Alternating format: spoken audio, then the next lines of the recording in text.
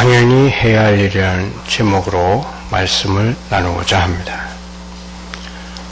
예수님을 따르는 제자들은 세상을 따르는 사람들과 같은 것을 추구할 수 없습니다.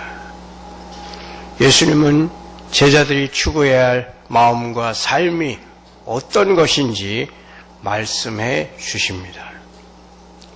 예수님의 권위 있는 가르침을 받을 때마다, 놀라운 능력을 경험할 때마다 제자들은 자신의 부족함을 느꼈을 것입니다.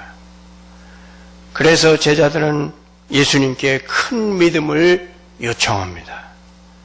그러나 주님은 제자들에게 필요한 것이 큰 믿음이 아닌 겨자씨만한 믿음이라고 말씀하십니다. 예수님은 큰 믿음으로 큰 일을 하고 싶어하는 제자들의 잘못된 마음을 지적하십니다. 이는 그들에게 겨자씨만한 믿음도 없다는 책망이기도 합니다. 제자들에게 겨자씨만한 믿음이라도 있었더라면 그 믿음은 놀라운 역사를 일으켰을 것입니다. 제자들은 자신들의 영적 현 주소를 알고 출발점을 제대로 설정해야 했습니다. 7절부터 10절에 이어지는 비유는 예수님의 말씀을 좀 더 풍성하게 이해하도록 도와줍니다. 첫째로, 우리는 모두 우리의 믿음을 굳게 할 필요가 있습니다. 믿음의 은혜가 성장하면 다른 모든 은혜가 더해지기 때문입니다. 5절에 제자들이 그리스도께서 그들의 믿음을 강하게 해달라고 요청합니다. 여기서 제자들은 사도들이라고 불립니다. 그들은 믿음이 연약하고 부족하다는 것을 자인하고 믿음을 굳게 하기 위해서는 그리스도의 은혜가 그들에게 필요하다는 것을 알았습니다. 그래서 그들은 주님께 우리에게 믿음을 더하시고 우리의 믿음에 부족한 것들을 채워서 완전하게 해달라고 요청합니다. 우리의 믿음이 커지기를 우리는 간절하게 원해야 하고 그러한 소원을 하나님께 아뢰야 한다는 것을 기억해야 합니다. 믿음은 하나님의 선물이기 때문입니다.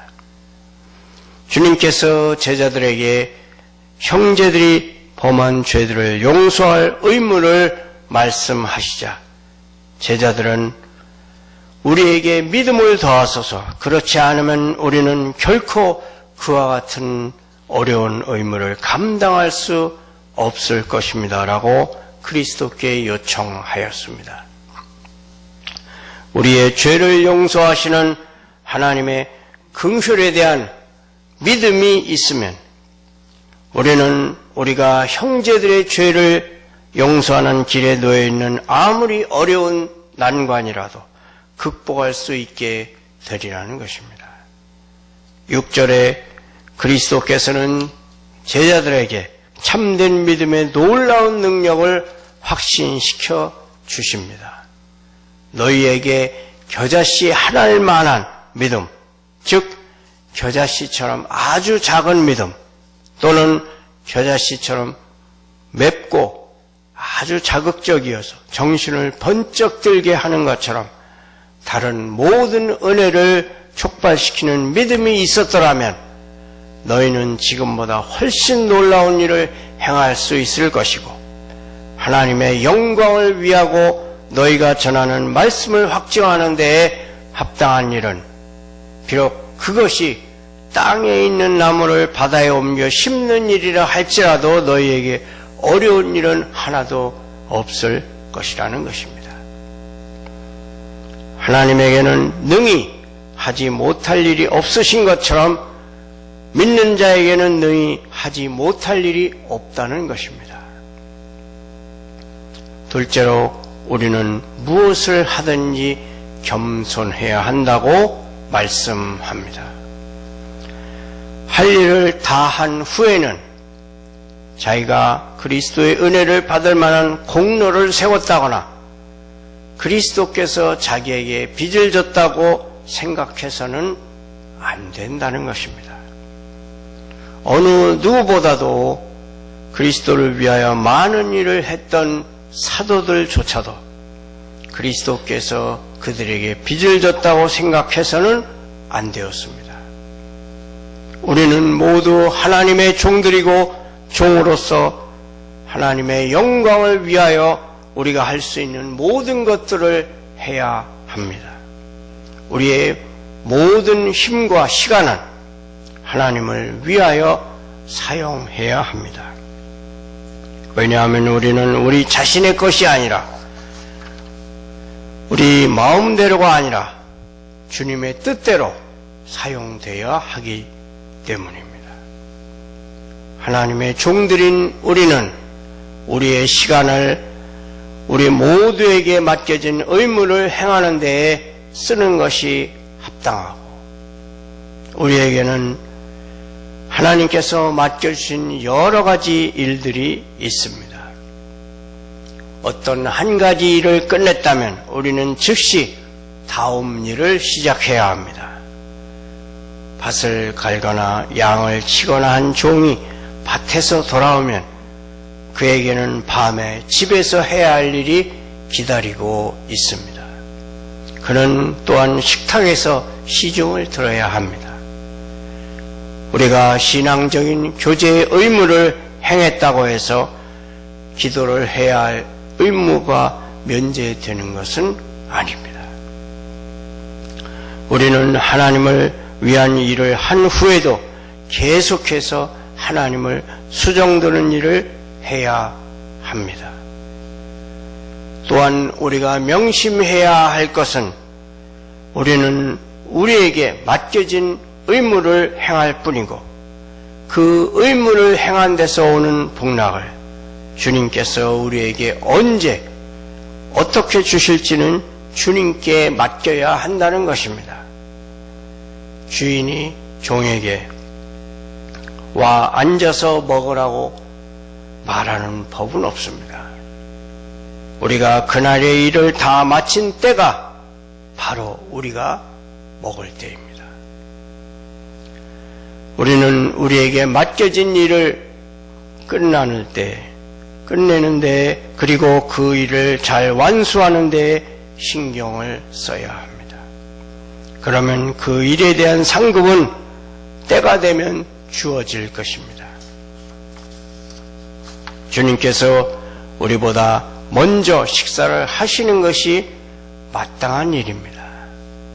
내 먹을 것을 준비한 후에 먹고 마시라. 의심하는 그리스도인들은 그들이 아직 주님의 사랑의 위로를 받은 적이 없기 때문에 그 사랑으로 인하여 마땅히 드려야 할 영광을 그리스도께 돌릴 수 없다고 말합니다. 그러나 이 말은 잘못된 것입니다. 우리는 먼저 그리스도께 합당한 영광을 돌리고 찬송으로 그를 수종 들어야 합니다. 그런 후에야 우리는 그 사랑의 폭락 속에서 먹고 마시게 될 것이고 잔치가 벌어지게 될 것입니다. 그리스도의 종들은 그를 수종들 때 띠를 띠고 있어야 하고 그들을 얽어매고 거추장스럽게 만드는 모든 일로부터 벗어나서 오직 그들에게 맡겨진 일에만 집중해서 끝까지 잘 해낼 수 있는 자세를 갖추고 있어야 합니다. 그들은 마음의 허리를 동여야 합니다. 그리스도께서 먹을 것을 준비한 후에 우리는 띠를 띠고 그리스도께서 잡수시는 동안 그를 수종 들어야 합니다. 이것이 종들이 해야 할 일인데 그리스도께서 우리에게 그렇게 할 것을 요구하시지만 강요하시지는 않습니다. 그리고 그리스도의 종들이 그를 섬겨서 무슨 일을 했더라도 그들은 그의 감사를 받을 자격이 없습니다. 명한 대로 했다고 주인이 종에게 감사하겠느냐? 그것 때문에 주인이 종에게 빚을 졌다고 생각하겠느냐? 결코 아니다 라는 것입니다. 우리가 아무리 선한 일을 하여도 그것은 하나님 앞에서 복로가 될 수 없습니다. 우리가 하나님의 은혜를 바랄 수 있는 것은 우리가 그를 섬김으로써 그를 우리에게 빚진 자로 만들었기 때문이 아니라 그가 자신의 언약을 통해서 자신의 영광을 위하여 스스로 빚진 자가 되셨기 때문입니다.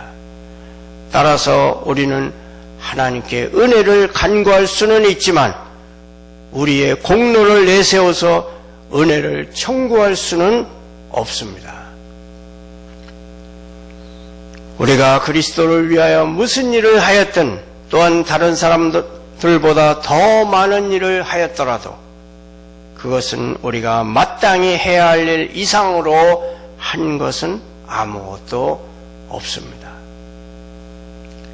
그것은 단지 모든 것을 포괄하는 계명인 마음을 다하고 뜻을 다하여 하나님을 사랑하라는 첫째가는 계명을 행한 것일 뿐입니다.